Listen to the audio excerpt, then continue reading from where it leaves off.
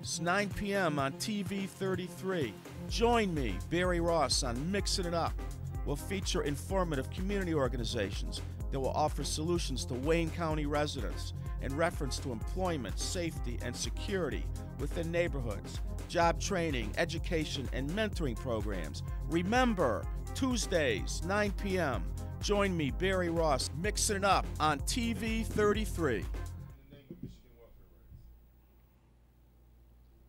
Welcome, everybody, to another segment of Mixing It Up. My name is Barry Ross. We broadcast to you live on TV 33 on Comcast 20. This is TV 33 WHPR. We also are coordinated with an online ability. If you went to the new TV33WHPR.com, you can catch us online. This station has a live Facebook feed on the new TV33 WHPR. You go in and join, and you can catch us live. Put in your own name after in the search bar, in the status bar, and it transfers to your own Facebook page, and you can coordinate with your friends. We also want you to know we encourage you to join us. We encourage you to give us your opinions. You are valued here. We want to welcome you. There's no question that you should have any concern about asking us. Please call us, 313-868-0342, 868-0351, 868-4336. Please call me. Listen, all this week, our station is having a telethon for Michigan welfare rights. You know, they cut off close to 38,000 to 40,000 women and families in October.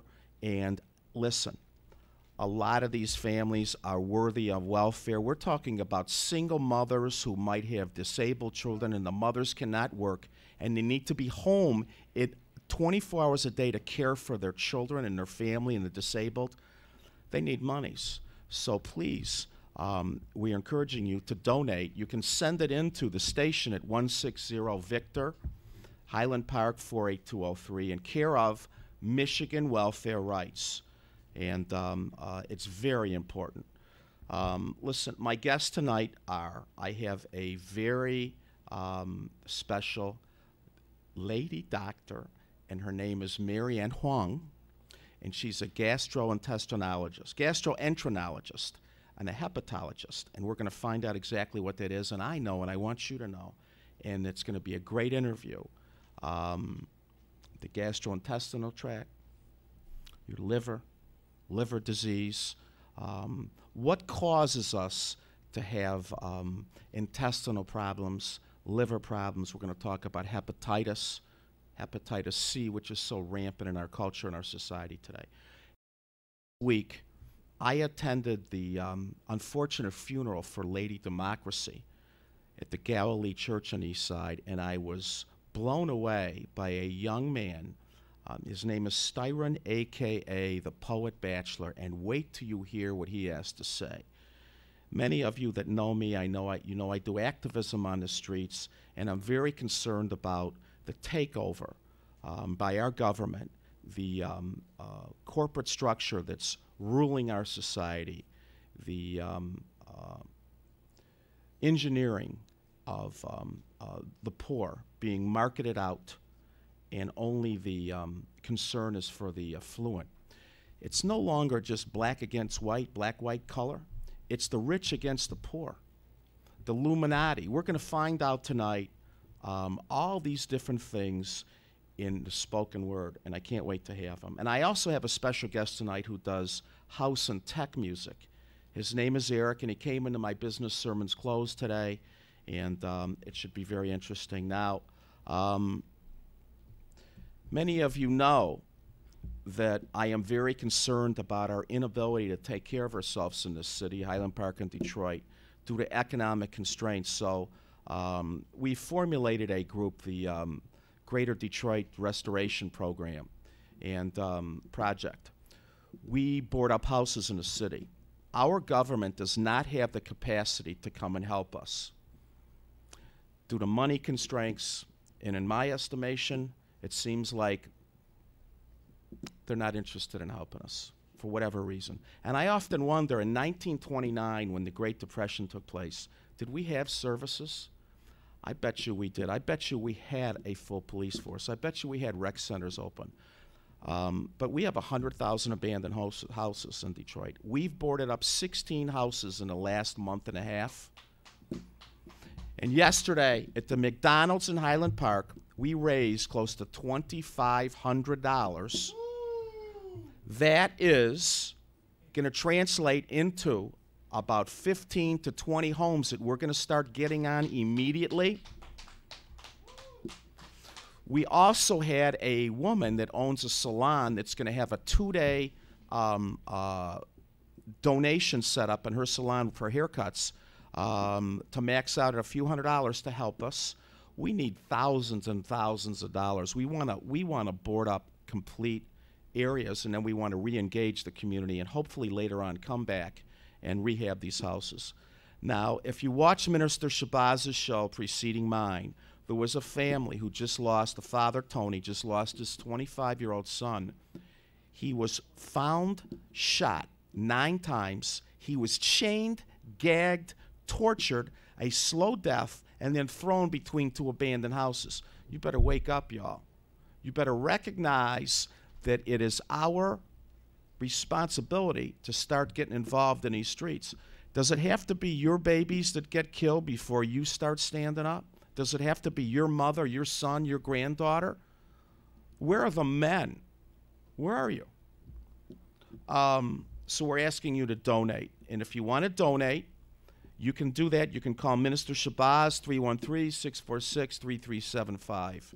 Myself, 248-417-9696. And we have a P.O. box, but we're not going to give that out tonight. But we want you to know, you can call us at the station. All right, the P.O. box is 17301 Livernois, Suite 405, Detroit 48221. And you make the check out to the Greater Detroit Restoration Project, and you can take a tax deduction. So there's many things going on.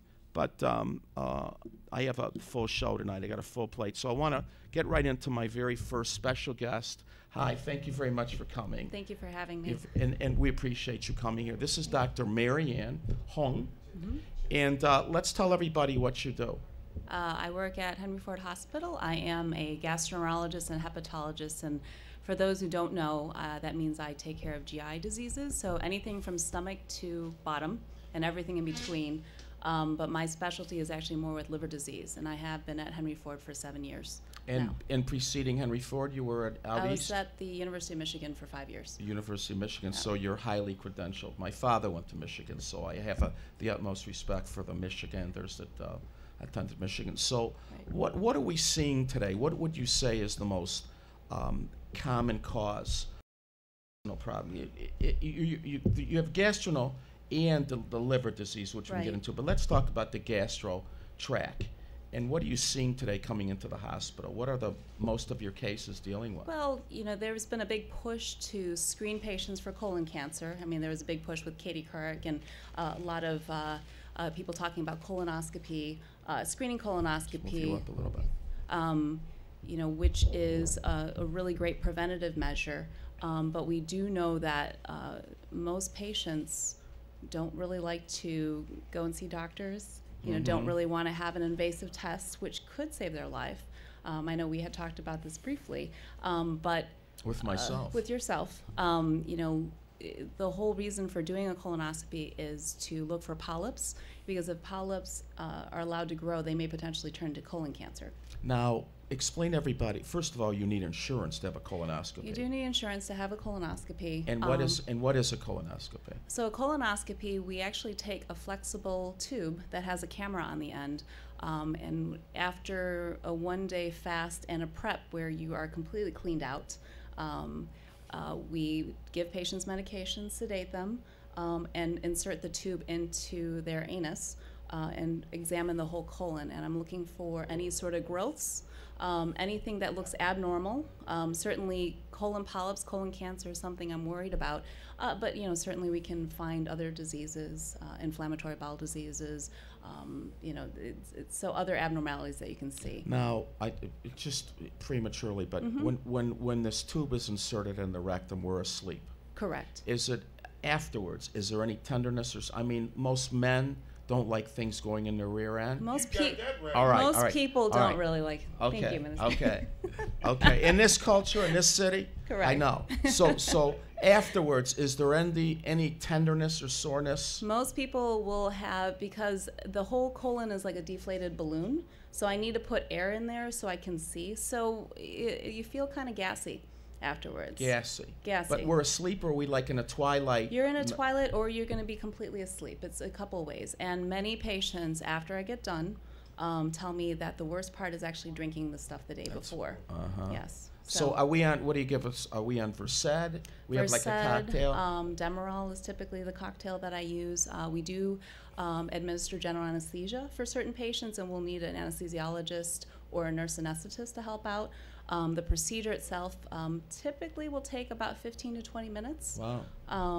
With a good examination, you have to spend at least 6 minutes on the way out to look at every fold and looking for any growths. Now, let's say I have some polyps, which is the most minor incident, I would assume. Right. And can the polyps be taken care of right there? They can be taken care of. We actually take them out during the procedure.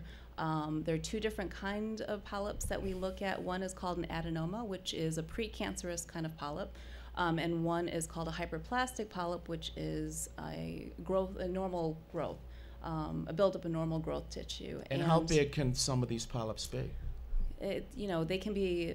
We do everything in medicine with the metric system, so it can be millimeters to centimeters. So it could be as small as 3 millimeters to 4 centimeters. Now, are they cut out, lasered out? They are cut out because we want to look at them under the microscope. So you need to do a pathology, so obviously. we send them to pathology, and the reason why it's important to differentiate the two is because if you do have adenomas, you are prone to developing more, and that's why we would have you come back sooner. An adenoma polyp as opposed to the hyperplastic? Was it hyperplastic? As opposed to hyperplastic. And the hyperplastic, why is that less prone to come back? Well, it's not less prone to come back, but an adenoma can potentially turn to cancer if we don't take it out. So I could have some of these in me right now. You could have some of those, so you should actually see a gastroenterologist. And do you know a good one? I may know a couple. Okay. All right. Now, when you cut these out, do we bleed? There's very minimal bleeding. We make sure that people aren't taking things like aspirin or any sort of blood thinner, so we do take a lot of precautions. 2 or 3 days before? Right. Okay. Now, with the gastro tract. Right. What are we doing wrong with nutrition, liquids, maybe even medications? Are we taking? What's the worst? What are we doing in our society today that causes problems in the gastro tract? What are some of the down? There's a huge tie between the brain and the gastro tract, as if you think about stress, it affects your GI tract, and we don't really understand why that happens. But when you think about things, we unfortunately as a society don't eat enough fiber. We don't eat enough fruits and vegetables. We eat too much fast food. We don't drink enough water. So it's, there's nothing really all that. I don't have a magical pill for this. It's everything doctors have been saying for many years, like eat healthy, eat in moderation, exercise, drink enough water. How much water are we supposed to drink a day? 8 glasses a day? They talk about 8 glasses, 8 ounces, and that's. So what are some of the foods that would clog us up more? I mean, cheese, too much cheese, a brick of cheese. That would be. It's not a good thing to do. No. Okay. Too much chocolate, bread. Well, chocolate I think is good, but it can cause problems with heartburn. Coffee, it's too much coffee. That certainly is something. Bread, when you talk about processed breads, like different. So I recommend to whole wheat and things with more fiber, things that are not quite as processed, because unfortunately things that taste good are processed, but they don't make you feel good. Now I'm gonna let you go on, but Sure. Do you do the bypass surgery? Do you do stomach I reduction? don't do surgery. I know that I have a surgeon at Henry Ford where I work who does do bypass surgery. And so that certainly is an available modality. You know, my interest is actually in fatty liver disease, and I do see a lot of patients who have fatty liver disease. And I don't tell them to jump to surgery right away, because we know that surgery may work right away, but if you don't change your habits, it's not going to last. All right, let's get into your specialty. Okay. Not necessarily infectious diseases with the liver, Right. but fatty liver. Correct. Okay. Well, I guess it is a disease. What is fatty liver disease? So fatty liver disease is something that was coined by a doctor at the Mayo Clinic many years ago in the 1980s, and was thought to be, under the microscope, it looks the same as somebody who drinks alcohol, so we call it non-alcohol. And so we think about risk factors including obesity, diabetes, high cholesterol. And for a long time, doctors thought it was, it's just fat in the liver, shouldn't cause any problems. But we do know that some patients will go on to develop cirrhosis and need a liver transplant for this. From the fatty liver disease? From the fatty liver disease. It's the most common liver disease in children. And there have been children who've needed a liver transplant because of this. Let's hold that thought for a minute. We have a call. Let's take this call. Good evening. How are you? Caller, are you there? Okay. That's a sign that they might have gone. We happen to have in this station the keen sense for the obvious. I took this kind of training. We have a special guest, Mark the contractor, is here in the house that has boarded up several houses in the city for the Better Detroit Youth Movement. Us. Hello. Good evening. Okay, so fatty liver disease, is that what your mainstay with the liver, your specialty is now, or it's just all different hepatitis? Or? All different kinds of liver disease. We are a very big liver transplant center, and so I take care of patients both who are in the end stages of liver disease, after transplant, as well as patients who are in the early stages of liver disease. And how do we fare? How long have we been doing liver transplants? Basically since the 1980s. And outside of us rejecting the liver, how are we faring with liver transplants these days? Rejection is not the thing I worry about. Half of our patients we actually transplant for hepatitis C, and we do know it will come back in the liver after transplant. The hepatitis? The hepatitis. And so we are looking at different medications to treat the hepatitis C. I want to ask you something. We have a call? Caller, you're on the air. How are you? Okay, I'm doing pretty good. You have a question for our guest, the doctor? Yes. Do they have a cure for hepatitis C, the interferon mixed with, it's another medicine starting with an R, I believe? Right. That's actually a great question. You know, there is a cure for hepatitis C. You may have read, it's been in the free press, it's been in a lot of the lay press talking about new medications for hepatitis C.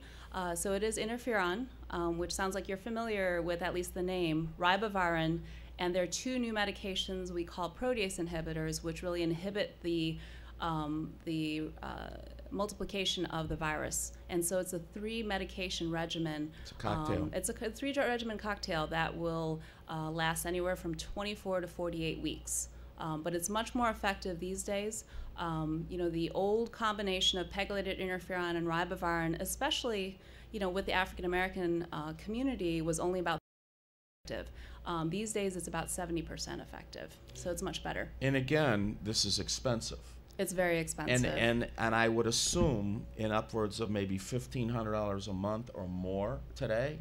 I think it's actually, the whole duration of treatment is actually much higher than that. So. Okay, so today. Okay. Did you have a question? Yeah, what does the liver have to do with the blood cells, the white blood cells count, red blood cells count with the spleen? Wait, you may have some questions about maybe platelets? Yeah, platelets. So platelets, so what happens when patients have more scar tissue in the liver, the spleen can get enlarged. And when we talk about cirrhosis, the spleen can get enlarged. And when the spleen gets enlarged, it tends to swallow up platelets. So people's platelet counts can be low. Their white blood cell counts can be low as well. Okay. Now, what do you think about, as you've been a medical doctor, what do you think about holistic, like liver pills? You know, that's a great question. I get asked that a lot. The only, most medications are processed through the liver, and there are certain medications where you can have an allergic reaction where your liver can go into failure.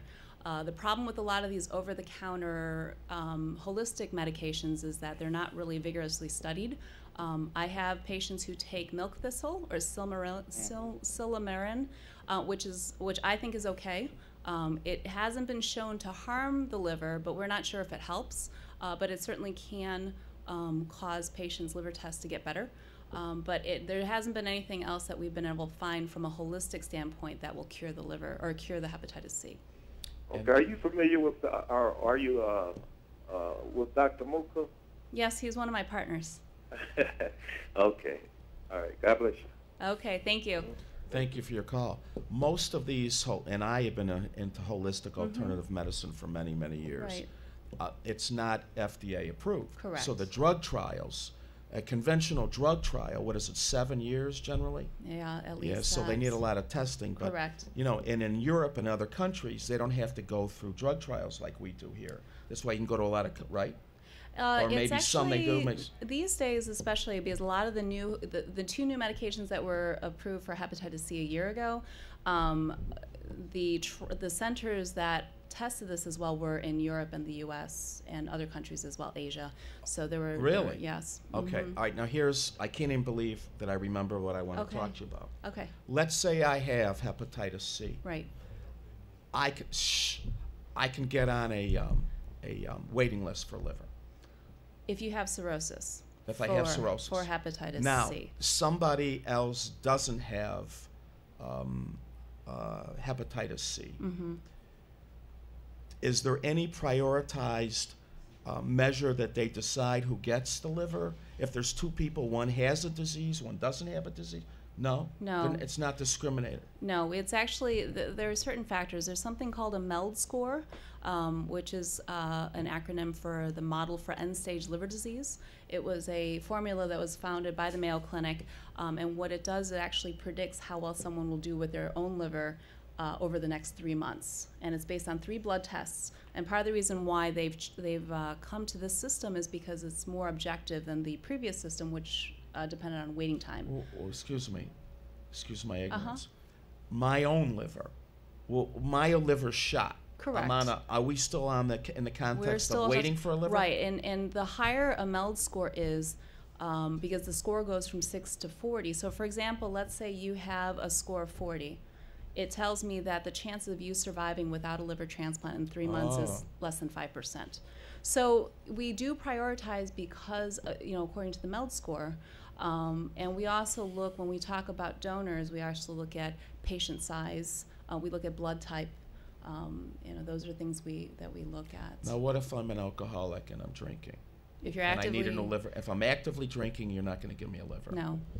Okay. To me, it's I went to the state of Michigan donor ceremony about 5 years ago in Lansing.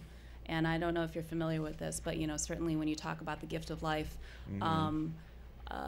basically every donor family was given a young tree, and there was a slideshow. And as a transplant physician, I take care of patients after. I didn't really think that much about the donor families, but these days, after being at that ceremony, it was pretty earth. So let's hear what your thoughts are on the family of the donor. Yes. Wouldn't they want to be anonymous with the family of the recipient? They have the option. They have the option, but I mean, it's an unbelievable gift. It's basically because having your loved one just pass away or getting to that point, and somebody coming and asking if we'd be willing to donate your loved one's organs. I see it from the other side, where these patients actually are reborn. We joke about the fact that they have new birthdays. It's beautiful. So. Now, when are they? I was always an impression, if I want to be a donor or donate my body to medical science, it goes on my driver's license. Right. But so I die, I'm in the hospital, emergency, what have you. My family's asked? You can put it on there, but they still ask the family. What if I don't have any family? I'm just curious. What if there's no immediate family that comes to the hospital and they know? You put down that you are a donor? That's a good question. I am really not sure. I would assume that you should be able to be a donor because that you make that decision before. Because certainly I have marked down that I want to be an organ donor after, and but that's Now these livers have to match, or the blood has to match. The blood It's blood the blood type. type. Blood type. Mm-hmm. What's a rare blood type? AB. AB. Mm-hmm. And how many blood types are there? There are 4 blood types.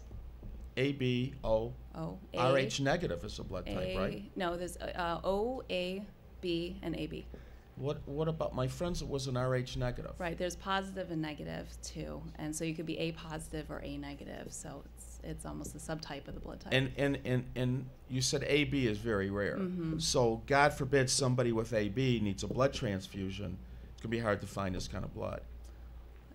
It is. I mean, but there's also, when you talk about universal recipients and universal donors, so O blood can be given to pretty much anybody. So. Now, in order for me to get a liver, Mm-hmm. this liver has to be how fresh? I mean, really. The liver that I need has to come immediately from a donor, or no? It has a period of time where Shelf you life. want it to, shelf life, yeah, and you want it actually to not be on ice for too long. But, How long? 24 less hours? than 12 hours Wow. typically. And, I'm just saying this from my general, I'm not a surgeon. I have great surgeons that I work with. Oh, you don't do liver I transplants? don't do liver transplant. I take care of patients before and after. I have a great group of surgeons that I work with, and they're the ones who do the surgeries. And so they, in terms of exact time, but yeah. It's All a right, great so you're a group. diagnostician, so to I speak. am, yes. All right. Yes, Yep. All right, let's hear about some of the findings or studies with some of the liver diseases that the fatty liver disease, hepatitis. Now, if I may, just real quick, is it safe to say that there literally is a cure, or are we in a rest? If you had hepatitis C, I've had friends that were IV drug users Right. that would go on interferon and come out off the, it's first of all, they prescribe a psychiatric nurse. A lot of people get suicidal tendencies. There's a lot of problems with depression. Right. Or Severe anxiety, depression. or yes. there Right. can be a lot Okay. of So problems. now, if it takes, is it safe to call it a cure if somebody has hepatitis, or are they in a rest mode for a while? What we know is that when we look at patients and follow them up for 4 years, if they're able to not re-expose themselves, is almost 100%. It Not stays away. re-expose themselves. Correct, because they've Meaning- actually, exposing themselves to drugs. Because you're right, many of our patients may have experimented with drug use. Intranasal drug use is something. Tattoos, any sort of blood exposure. Okay. So. I didn't know this. The tattooing. What is it? Well, dirty needles. Homemade tattoos. Yeah, that's typically when we talk about tattoos. It's homemade tattoos. Homemade tattoos with dirty needles. Yeah, I'm you know, asking. Yeah, no, it's because it has to be infected blood, and that's how you get exposed to the hepatitis C. So Okay. when I talk to patients and I ask about any sort of risk factors, I don't have any problems asking patients about, because I want to know how long they may have had it, because many patients have had it for 20 to 30 years, don't have any symptoms. Liver disease is very silent. But I'll ask about, have you ever tried shooting up, intranasal drug use, homemade tattoos, because when you're 16, intranasal, yeah, that's also a risk. Wait a minute. We're not talking about snorting. With straws, Um, sharing of straws. okay. these How are about things- how about jaundice? I mean, isn't that a telltale sign? My eyes get yellow. My skin's turning yellow, or That is usually a sign that things are in. That's not, about it. That's not not a good doing thing. so well. Yeah, you're not doing so No, so not doing well. so well. No, we're not talking about yellow fever. No. We're talking, Well, we're- yeah. Okay, so Henry Ford has a major. Are we pretty much renowned at Henry Ford for the liver department, or? I'd like to think so. Okay. I Well, mean, I'm asking. yes, we're actually a pretty good-sized liver transplant center, and I have 5 partners. There's 6 of us who specialize in liver disease. The 2 big centers in the state of Michigan would be U of M, as well as ourselves at Henry Ford. You're very sedative to talk. Would you like to give your contact information if they have any questions, or your department, or where they can go and find out? Is there a website or? There is a Henry Ford website, www.henryford.com. You can actually find me on the website. My last name is Huang, or you can look under hepatology, liver specialists. Like I said, there are 6 of us who specialize in liver disease down at Henry Ford. Yeah, I mean, the big thing that I would recommend to people is when we're all young, you know, we do foolish things, but if there's some consequence, I mean, I think that's the one thing with patients is I find that most patients are very honest with me, but they may not be as honest with their primary care doctor who may see them first. Because most of the time when patients come to see me, they've already had a diagnosis made, but it's usually a pretty astute physician who has the time to ask about any sort of risk factors that they, for hepatitis C. I'm a fairly open-minded person. To say I've been around is putting it mildly. I lived in a lot of different environments and places, and I was homeless at one point, a couple of times, but I can almost understand how somebody would actually be sick, feeling sick, and go to the doctor and lie and not disclose the truth because they're embarrassed, Right.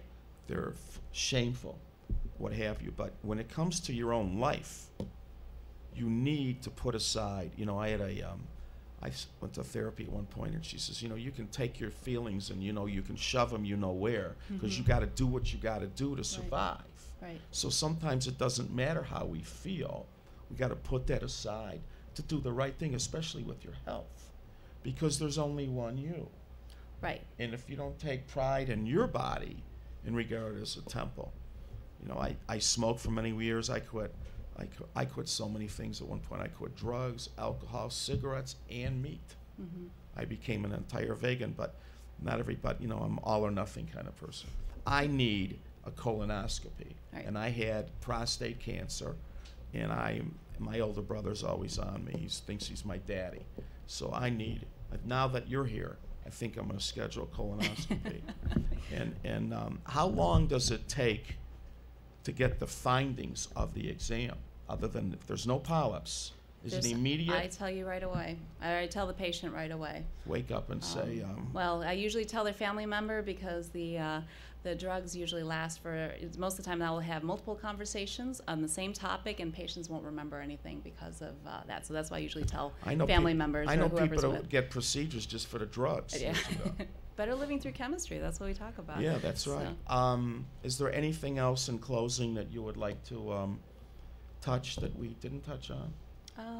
I don't think so. You know, I mean, the one thing, just to go on what you say, my philosophy when I talk to patients is I tell them I'm their guide, because many times patients will ask me, okay, well, what kind of decision should I make? Should I do this? Should I do that? And you know what? It's you have to be your best advocate, because no one will actually do that.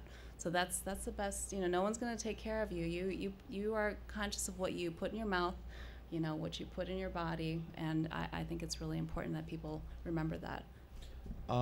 What is the methodology that we use today for the cleanse 24 hours before? What are we using today?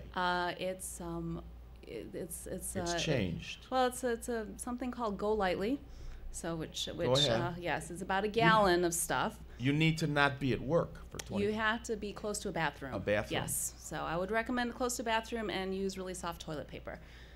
Because you're going to be going. See, that's so, my problem. Yes. Yeah. Okay, so now, and obviously someone needs to take you. Right. You need a chauffeur. That's what I tell people. So you have to find somebody to drive you. And once you get to the hospital, preceding the exam, the procedure, how long do you have to be pretty much prepped? I mean, what are they prepping you? They're taking your name, checking your wristband, make sure my nurses, they ask a lot of questions about different medications, allergies to medication, put an IV in you. We put you in this fabulous-looking hospital gown with the rear end out. With the rear end out, because they need your rear end. Yes, and then basically you do go into the room with the procedure. So, okay. Yes. Give your contact information, a website, and we'll say goodbye to you. And you're like too sweet to get rid of, I'll tell you.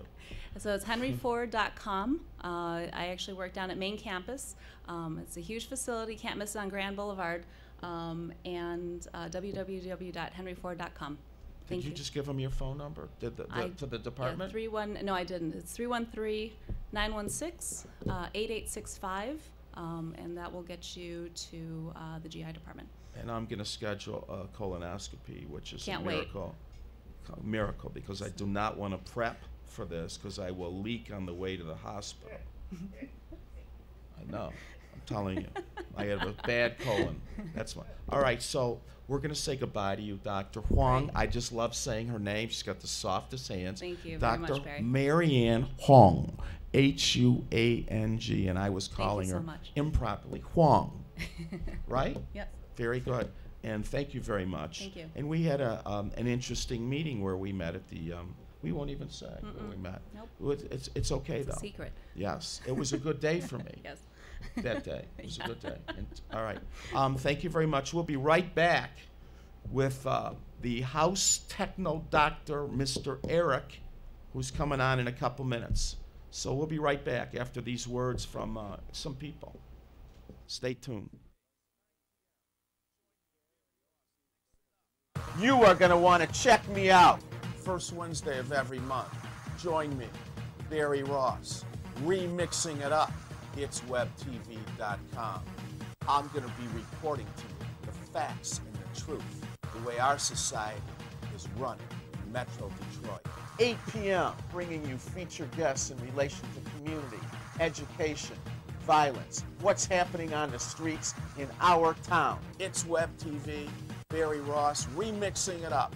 Wednesdays at 8 p.m., the first Wednesday of every month. Remember, remixing it up with Barry Ross on itswebtv.com. Employment, safety, and security within neighborhoods, job training, education, and mentoring programs. Remember, Tuesdays, 9 p.m., join me, Barry Ross, mixing it up on TV 33.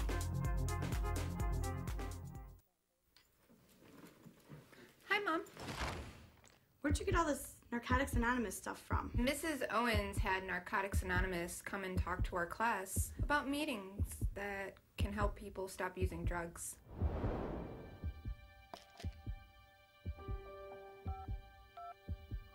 Narcotics Anonymous. Yes, please. Can you help me? Call Narcotics Anonymous. We can help you. We are the faces of Detroit. We are the faces of Delray. We are the faces of Delray. Governor Snyder wants to put us out of our homes by building a bridge in our front yard. Homes where we raised our families. A community where we buried our loved one. Delray is struggling, but it's not lifeless. It's a community of hopes and dreams. Governor Snyder. Invest. Not destroy. 1,000 men's suits. And right now at Sermons, you can buy one and get two free. Not one suit, but two free. Buy one suit, bring two friends. Buy one suit, bring two relatives. Buy one suit, get two free. Bring your pastor, your boss, your teacher. Buy one suit and get two free. Sermons with 90 years of experience, carrying jeans, exotic skin shoes, sets, shirts, leather, sweaters, everything for the well-dressed man. Buy one suit, get two free. Sermons on Randolph in downtown Detroit. Hey, come on. Man, what is taking so long? Let's play. Just getting a number. Whose number? Narcotics Anonymous. Hey, if you need to talk. No way, it's not for me, it's for my brother. He's constantly wasted. Time. Can you tell me about NA? Call Narcotics Anonymous. We can help you.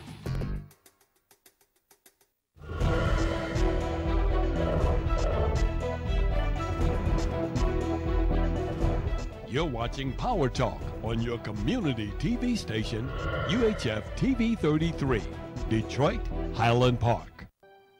There are all kinds of people. Their variety is almost endless, and that's a good thing. Diversity is our strength, and so are our similarities. But there's one thing that far too many people share: addiction. If you are sick and tired of being sick and tired, call Narcotics Anonymous. Addiction doesn't discriminate. We can help you.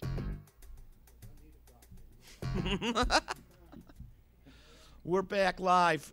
We want to remind you, please, let's all be a part of a new Detroit. You got to get involved, y'all. You got to send us some money to the Michigan Welfare Rights Foundation. Going on right here. There's a telethon all week.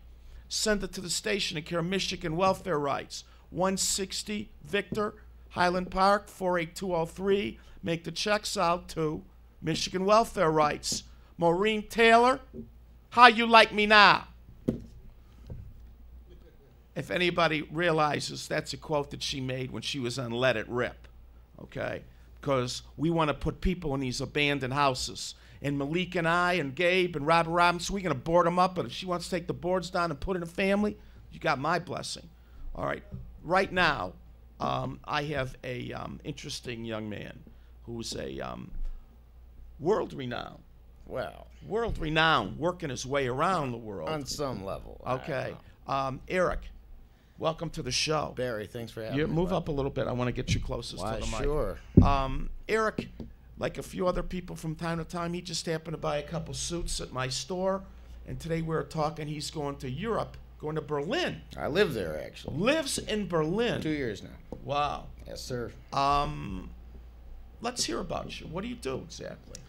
Well, at the moment, I'm focusing on a particular record label that was founded by 4 dear friends of mine, all Metro Detroit natives: Seth Troxler, Ryan Crossan, Sean Reeves, Lee Curtis. I want to give a shout out to them. They're watching. They're my dear friends. Okay. Known them for ages, and they formed a record label, and there was a job opening for me as tour manager.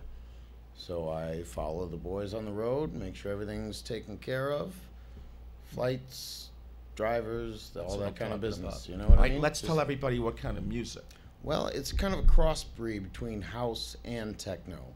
It's not as mechanical as techno, but it's not as disco as house or jazzy as house. It's more electronic, future, next level kind of stuff. That's what we're going for. Not like the Tech Festival. Well, Seth Troxler did actually play at the Tech Festival. Okay. It's the Movement Festival. He closed the Beatport stage on Saturday night, which is quite an honor for a DJ to have a gig to close out one of the main stages. I went for years. Yeah, I went for years, but I'm 60. It's a little tough for me to navigate around. Hey, I'm 32. It's a little tough for me. Yeah. Okay. Come on. So you guys, you have a record label. Yes. Have you guys produced any music that you're selling or that's available? Or? I believe we're up to the 11th vinyl release these days. It's also available digitally on Beatport.com. For the vinyl releases, got to go to your local record store. Well, what about? And if they don't have it, you got to inquire. Excuse me, they can buy digital and DVD and CD as well, right? Or it's only vinyl? Vinyl and digital at this time. We do have an upcoming album from a group called Footprints. 2 cats out of Montreal. 2 of the nicest guys you'll ever meet. They're doing this futuristic. It's like Depeche Mode of the future, if you will. I mean, there's a lot more to it than that, but that's the best thing that I can think to encapsulate 2001: it. Space Odyssey with Midnight Express. I like or that. Giorgio Moroder with Kevin Saunderson. I don't know. Sure. Listen, you are a DJ as well? Yeah, I've been DJing for about 12 years now. Okay, so would we say that it's safe to say that a lot of the music is specifically for the clubs? Is that why it's on vinyl? Well, it's DJ friendly. DJ friendly. It's DJ friendly, but it's not necessarily. Like we're trying to cross audiences where it's not just for DJs to buy and play at the club. It's for your iPod. It's for your home listening after the club. Okay, but if it's on vinyl. But it's also available digital. All right, digitally how? When you say digitally? Well, you can go on Beatport and buy an MP3. In case, okay. Let's say, there's a you can't go to the full store and buy vinyl digital. album, and you only like 2 of the tracks. Okay. You can buy just 2 on the Beatport. All right, we're going to talk more about it. You got a call? Sure, let's take a call. Go ahead. Let's take a call. According to Eric, we're going to take the call. Why not? I like callers. He shops at Sermons, so you know he's all right. Good evening. You're on the air. Hello. Hello. How are you? Good. Can we do something for you? You know this gentleman sitting next to me? The DJ? He's probably a little more than a DJ. Well, Don't know about that. Do you have anything to ask our guest?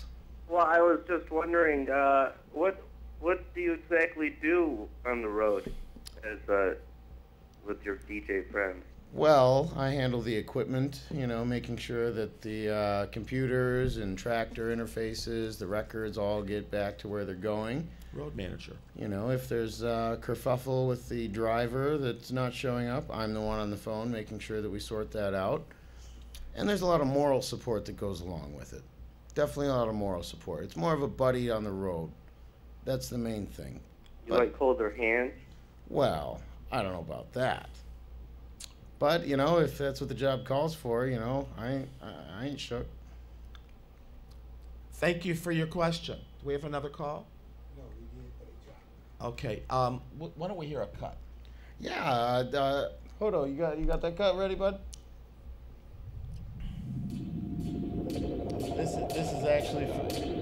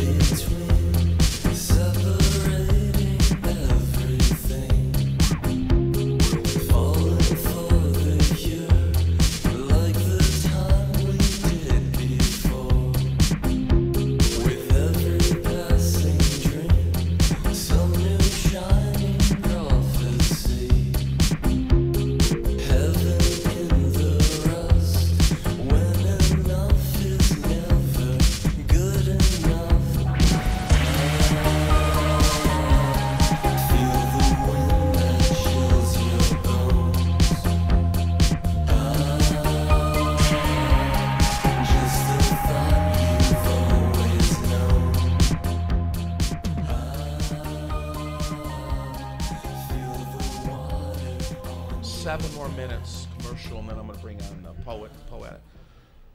Hey everybody, we have this is unbelievable. I mean I just found this man and he's great. Let's take a couple calls and we'll be back in a minute. Let's hello, you're on the air. Good evening. Hello. Do we have anybody there on the other end? All right, next call. Michelle. Hello, how are you? Hello, Michelle. Good, how are you doing? Hi. I just wanted to say hi to MJ and Alyssa. Oh, all right, it's Michelle. How you doing, girl? Good, how are you? Can't complain. Yeah, well, I just wanted to ask a question about how everybody perceives Detroit when you're on the road. People are so enthralled to hear that I'm originally from even just the Detroit area. I mean, I've never lived downtown. I can't claim really that I'm from Detroit, but when you travel to different countries and they ask where you're from, you just kind of say I'm from Detroit because that's the closest thing that they're going to know to where you're actually from. So, I mean, considering the fact that techno was created here and incubated here and it launched from here. On my street, on Randolph Street. Exactly. Like Kevin Saunderson, Derek May, Juan Atkins. Belmont 3. You know? That was my cousin's building, the music, the Music 3. Institute. I maybe just made an ass of myself there.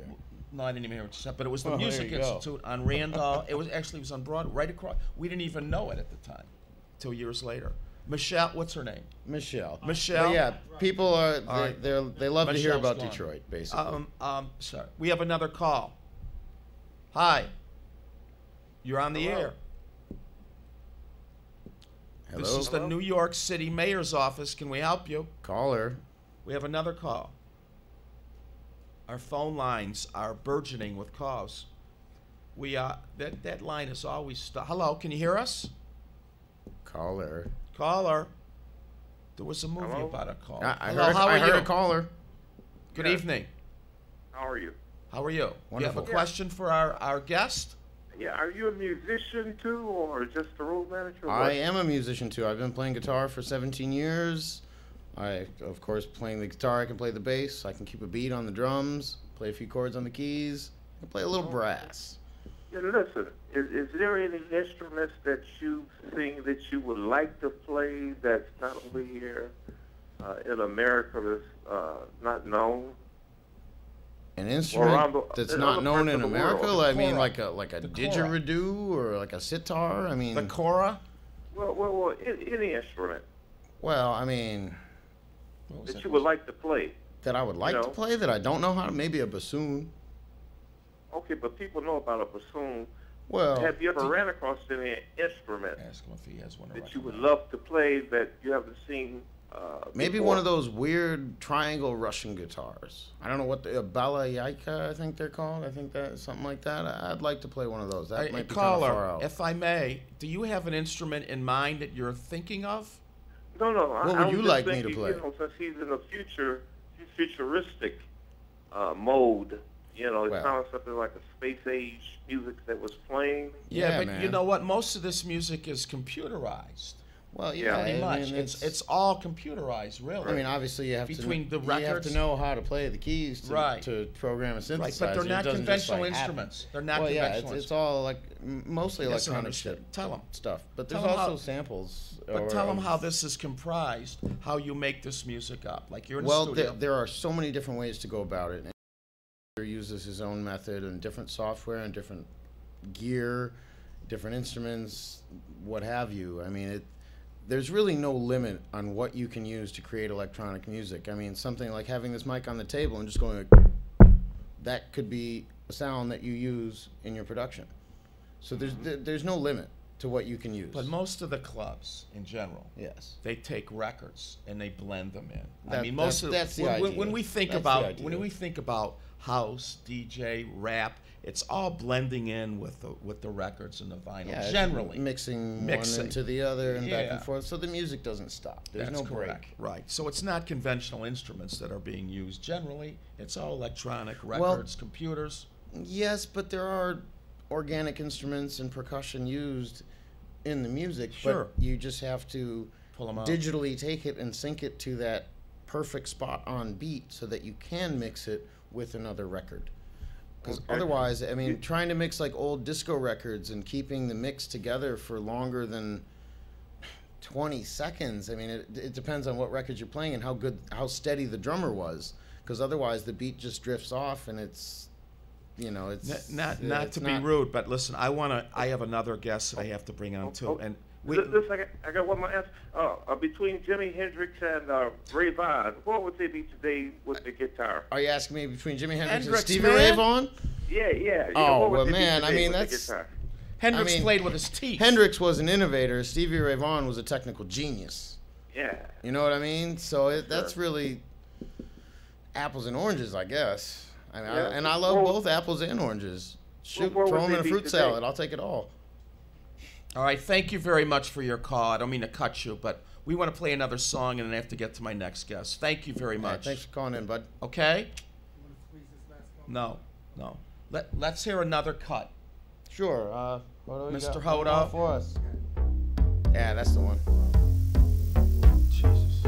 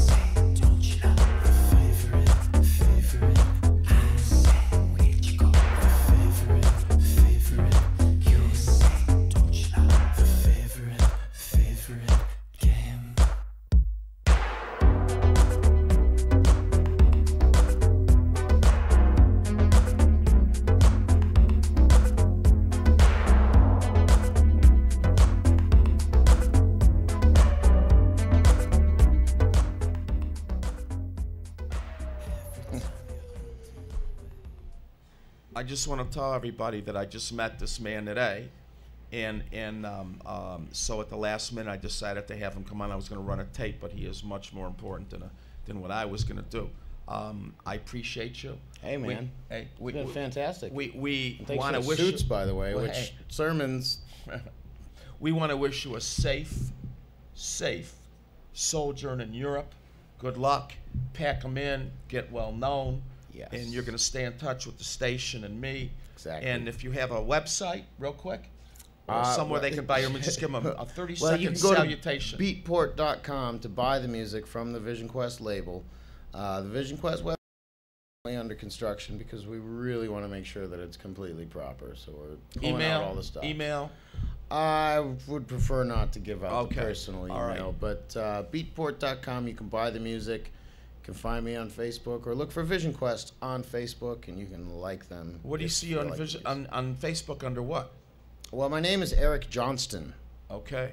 So, Eric Johnston on Facebook. Yep, there's quite a few of them, but if you look for the pictures, it kind of looks like me wearing a bathrobe in Brooklyn. So there you go. All right. He's a young man. He's No on big his way deal. up, everybody. When he comes back, he's going to have a whole different look and a whole different style. I know you're going to blend in Europe, work with You some know that's symphonies. You can cross over and do Why all not? kinds of things. All right. And I wish you a good trip. Hey, thank you, Barry. Thank you very much for coming. Thanks for having me on. Stay seated. We'll be right back with Poetic. Wait till you hear this. You're going to cry.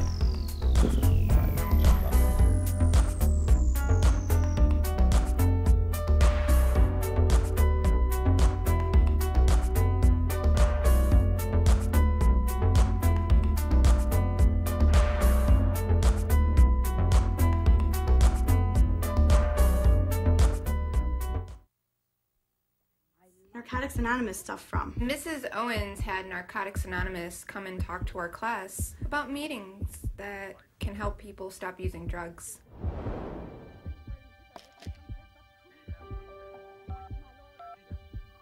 Narcotics Anonymous. Yes, please. Can you help me? Call Narcotics Anonymous. We can help you. We are the faces of Detroit. We are the faces of Delray. We are the faces of Delray. Governor Snyder wants to put us out of our homes by building a bridge in our front yard. Homes, where we raised our families. A community where we buried our loved one. Delray is struggling, but it's not lifeless. It's a community of hopes and dreams. Governor Snyder. Invest, not destroy. Live on TV 33, Comcast 20 in Detroit. All this week, we're having a telethon for Michigan welfare rights. We encourage you. Get involved. Send $5, $10, whatever you can. Let's make this city happen because we got a government that don't care about you. You better recognize. In a lot of these illustrations and a lot of my rants you're going to hear in a minute, I know. Last Monday, there was a Monday before, on Memorial Day, I went to the unfortunate funeral for Lady Democracy. Can we open this up? Where is he? And Reverend Bullock and several other pastors were putting on an actual funeral. They had a casket. Yeah. They had a hearse. And we feel that Detroit has lost its rights. Yeah. And here you are, Poetic. Welcome to the show. How you doing? Thank you for having me on. You're on Mason every day? Yes, I am. 1200 AM. And 99.9 FM. And 99.9 FM. Mm-hmm. At 4 o'clock. 4 o'clock, 4 to 7. 4 o'clock. Yeah. I heard you recite a spoken word, and it was lengthy. I want to hear it tonight. I want to hear more about you. Could you just give them a couple minutes about where you're at, what you think, and then I want you to recite a verse. I want everyone to hear you. Okay. First of all, my name is Poetic, like he already said, and but my mother named me Steron Batchelor, and I like to say hello to my mom. My mother, she was an attorney here for many years, and being an attorney, she always had me involved with the NAACP and Reverend Anthony. I sat at his feet as a child, and I was always a part of the movement. I went to Malcolm X Academy, and I joined the military after I graduated from Mumford High School. So being in the Army, I made sergeant, and they sent me to Iraq. I was in Iraq for 16 months. Wow. And part of my time in Iraq and part of my time in the military and serving and meeting different people and traveling the world and being from Detroit, actually living and being a product of the Detroit public school system and traveling outside, people, they were always taken aback because I was well-spoken, and they would just thought that we were criminals and thugs here. Sure. And anybody black. Anybody black. And although I grew up with a whole bunch of them, and I had my my run-ins with the law, and different things. I was a kid. Else, I also realized that the spirit that is deposited on the inside of us as youth, it will grow if it is cultivated properly. And because of that, I wrote a piece called The State of the Black Union, with all of the things that are going on in the White House and this being an election year and people trying to destroy democracy. I decided to write a piece that really reflected where I think that not only my people, but all people are in. And if I could, I would like to recite. You take it away. To all my black folks, to all of my African Americans, to all of my Negroes, can I please have your attention? And I'm speaking to everybody with a tad bit of brown skin complexion. You see, I'm speaking to Creole, mulatto, and Latin. Listen, wake up. We have all been tricked into believing this mass media created, government co-conspirated ghetto lifestyle we cannot fix. It is broken by design and it is destined for failure. Yet we can't afford to leave it, and it is all so familiar. We once stood together in the 60s, at least that's what they tell me. Plus, I read it in a couple books, but I was not there. You feel me? I think we stood together for a reason, because we were all oppressed. We could not take it anymore, so we puffed out our chest and we moved this entire nation in the world, I bet. We shook this country so hard that they shot down our best. Dr. Martin Luther King Jr., El-Haj Malik al-Shabazz, also known as Malcolm X. They were our shining black manhood. Then they shot them both down, then pumped drugs to our community just to settle us down, slowed the flow of education, turned our music around, went from a loving, singing people to a lay yourself down. Now, we have always had our gangsters, Bumpy Johnson and those type, but most of the ones that claim they are gangster now are not built like that, all right? You watch DEA, just like me. They will tell it all tonight. But they are steady preaching loyalty and will shoot you, but won't fight. Plus, he smoked some weed and listened to some Tupac, so now he's gangster, right? Psych. But this is the formula that has led many of us astray. Worse than that, most don't want to turn away and say things like, you're not real unless you stay. Now, that's the Uncle Tom mentality, if I don't say. You see, we up on all the news with Beyonce and Jay while contemplating, how am I going to get to work tomorrow, today? You see, celebrities are drugs, and we are hooked on them daily. She heard his single on the radio, so now she wants to have his babies. All the speculation and talk about Lil Wayne and Baby, let's talk about how to get some Enfamil for the babies. It's crazy. We are so caught up in this pursuit of fame and rims. And I taught at the same time to aim at him. Tilt that brim, go on baby, sell that then. We teach our daughters since they're babies, it's cool to sell it to men. Forget if he's intelligent or honors God amongst men, he's a nothing or a loser. If he don't have ends, pushing a Benz, riding on rims, house with a fence with a slight issy scent.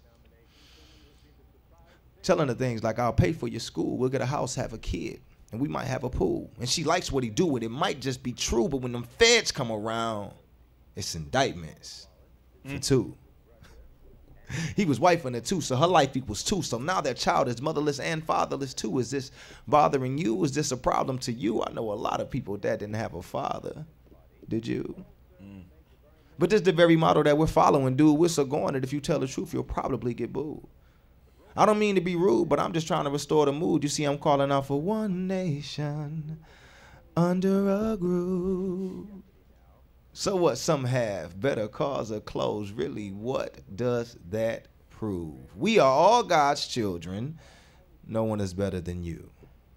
Strip away everything that covers us to expose our shame. To see each other as we are.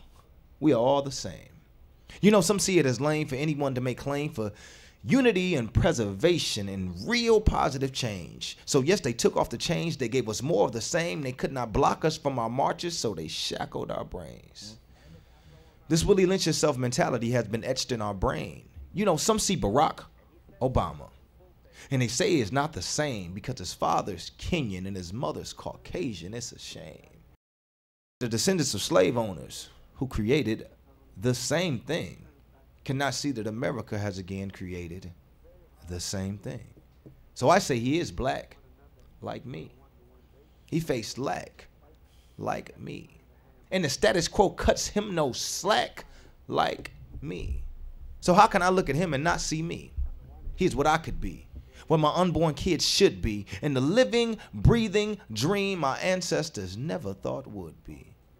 Yet some of us still don't support the cause, black folk. How could we? 50 years ago, to vote for blacks was still a distant dream, and we are living in their hope, and we have squandered it, it seems. They have torn us at our seams and have torn apart our dreams and have force-fed us music that mostly magnifies our screams. It is madness on the scene. We act savage on the scene until the homicide detectives have arrived upon the scene. Tape it up, you see the scene. A mother's cries of utter pain. Do you hear her scream? We are human beings, and yet it seems we have lost our way. What happened to the greater good and compassion for the day? Have they really dope boy dreamed in prison, wished it all away?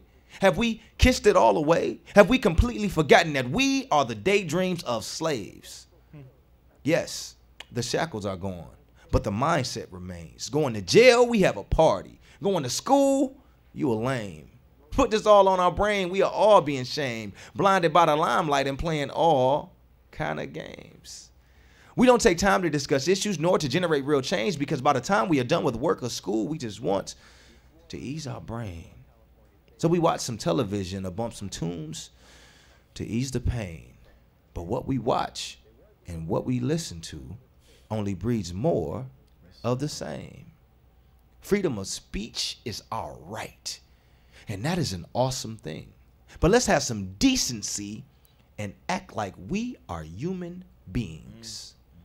Our babies disrespect our elders because we don't know how to talk. What happened to sit yourself down when you hear an adult talk? Spare the rod and spoil the child. That is what they tell us in the book.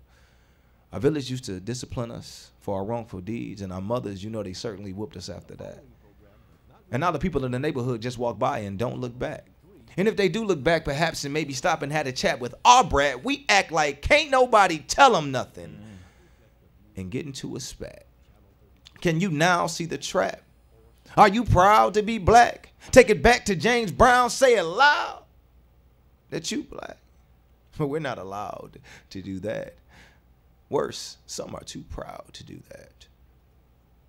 But worst of all, most don't know enough about ourselves to do that. Who are you that you should believe that you do not deserve better? It is incredible how many of us do not know we are beautiful. Unless we start seeing each other's beauty, we're going to cause each other's funeral. God said, I knew you, dude, even before you knew you. So I'm guessing he know you better than you know you. We are so spoiled. We speak down on each other with speech slicker than fish oil. To our very own brother, we are so disloyal. And we'll take his very life when the temperatures boil. This facade that they have fed us will destroy you. Wow. It is still about race. It has become more about class. Because there are whites, Jews, Hindus, Muslims, Koreans, Japanese, and every other color of the rainbow that will fight with us until our last. This is not about black and white. This, my friends, is about wrong and right. Let's come together for a brighter day, because we are dying through this night. The State of the Black Union. Thank you.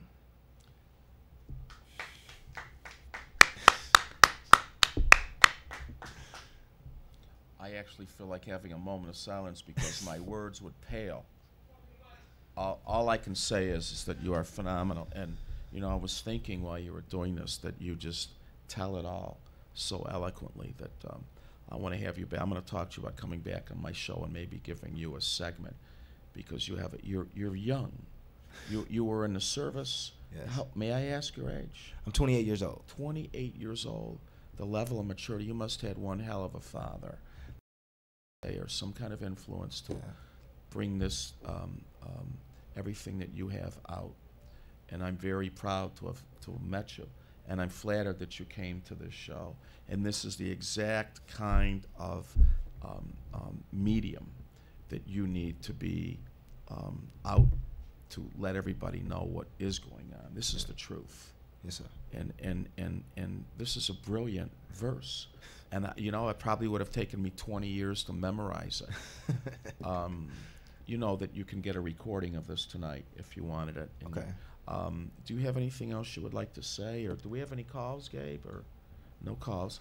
Do you have anything else you want to shout out about, or you have contact? Let's give you contact information. You can find me at my website, www.poetic, Poetic, music 313. Music is spelled properly. So poeticmusic313.com is my website. You can Facebook me at Poetic, or you can Facebook me at Styron Bachelor, RONBATCHELOR. And you can always tune in to Mason Radio in the afternoon on 99.9 FM and 1200 AM. Shameless plug for our jobs. But and then check us out from 4 to 7. And you know, we're all about the community. We're all about love.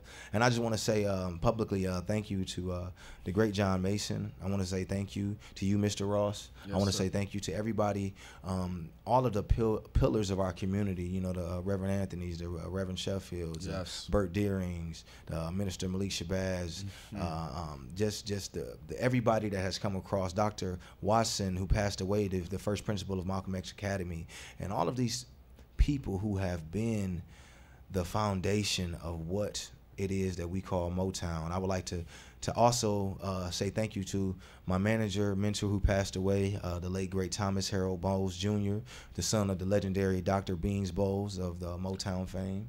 Wow. Yeah, and and his family, because I know they're watching, and just say thank you for everybody. My mother, Donna Katrina Batchelor, and Coleman, excuse me, and my father, Sean Burks. Thank you. Let me just ask you, what on Mason? What is your segment? Are you just have dialogue? Yeah, Whatever? we co-host his show, so it's like, you know, Mason has a unique way of doing his show. Like he's the master of music and the master of just conversation. So basically, we have our own segments, but really it's not about us. It's, you know, it's just about what's going on and whatever our comment is, and he doesn't limit us. You know, and it's just very cool. They basically brought me in because they thought I met Mason when I was 8 years old at Malcolm X Academy, and he was like, I was like, hey, you know, he gave me a job, so, you know.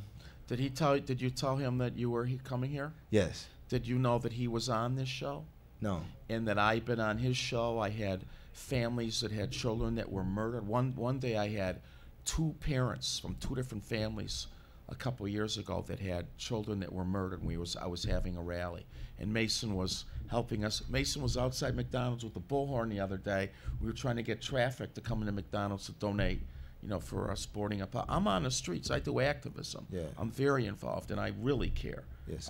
Excuse me. Do we have a call? Good evening. Hello. Hi. You're on the air. Hello. Good evening. Yes.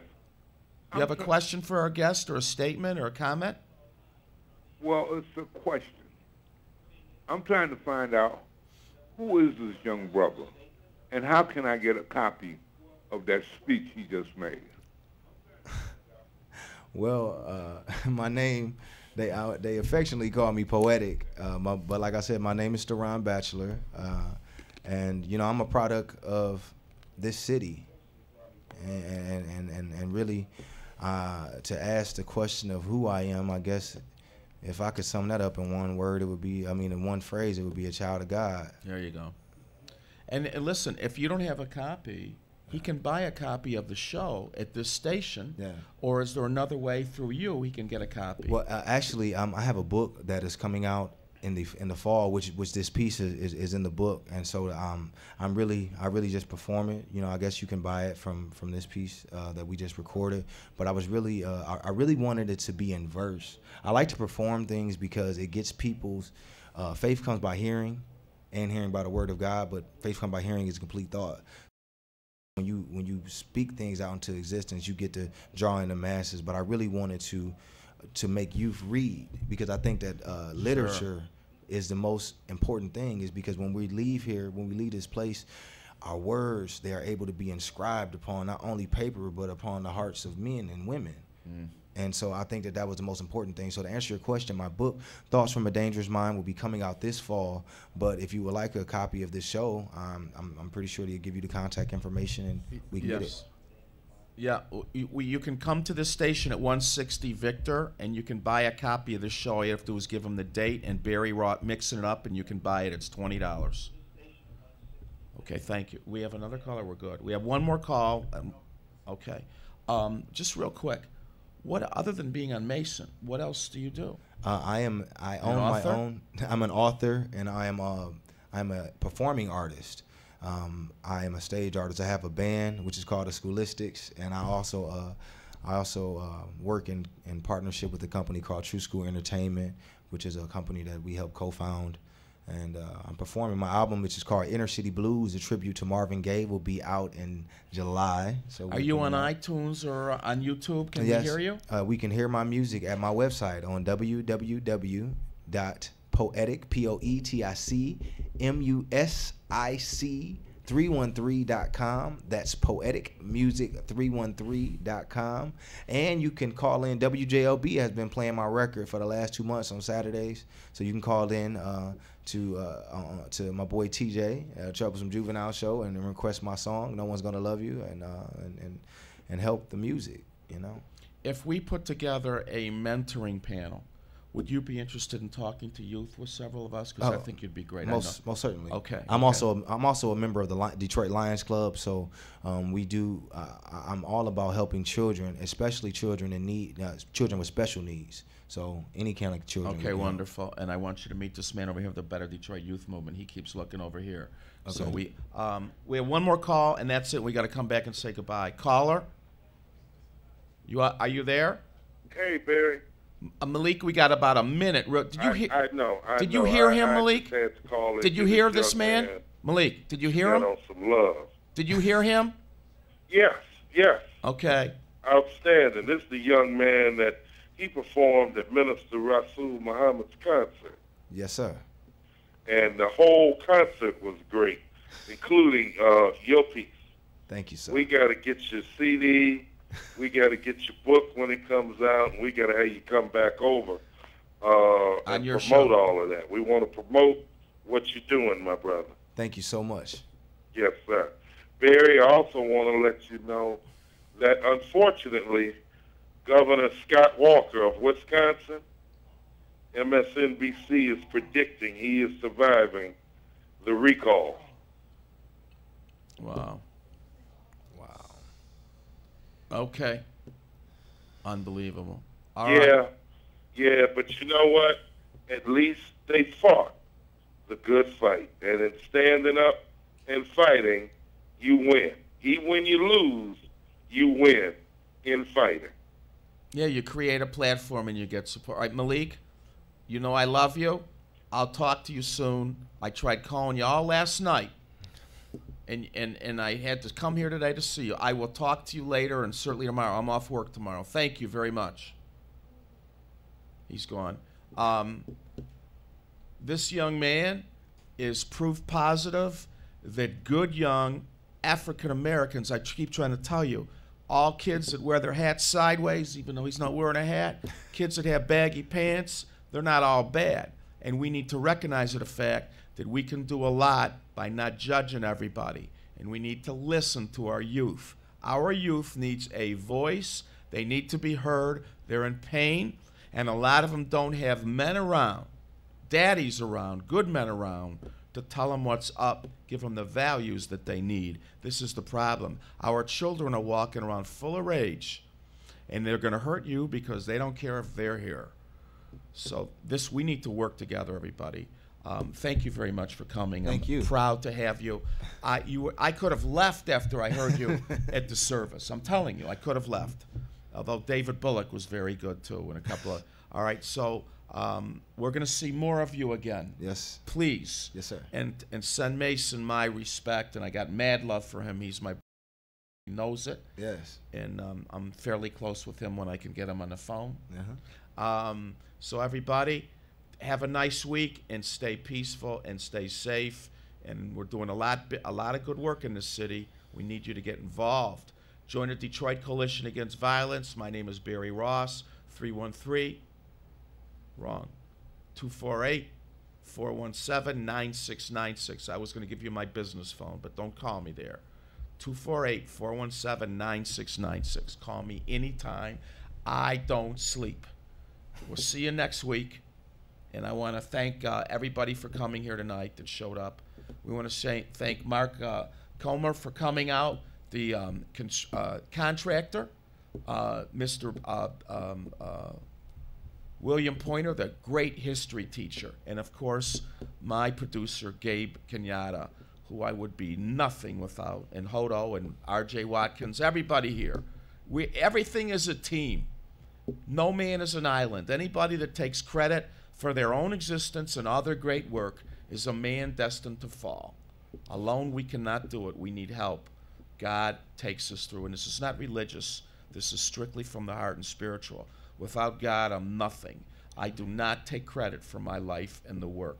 When I start thinking it's all about me and how bad I am and how great I am, I'm dying. We'll see you next week. Thank you for tuning in. 9 p.m. on TV 33. Join me, Barry Ross, on Mixing It Up. We'll feature informative community organizations that will offer solutions to Wayne County residents in reference to employment, safety, and security within neighborhoods, job training, education, and mentoring programs. Remember, Tuesdays, 9 p.m. Join me, Barry Ross, Mixing It Up on TV 33.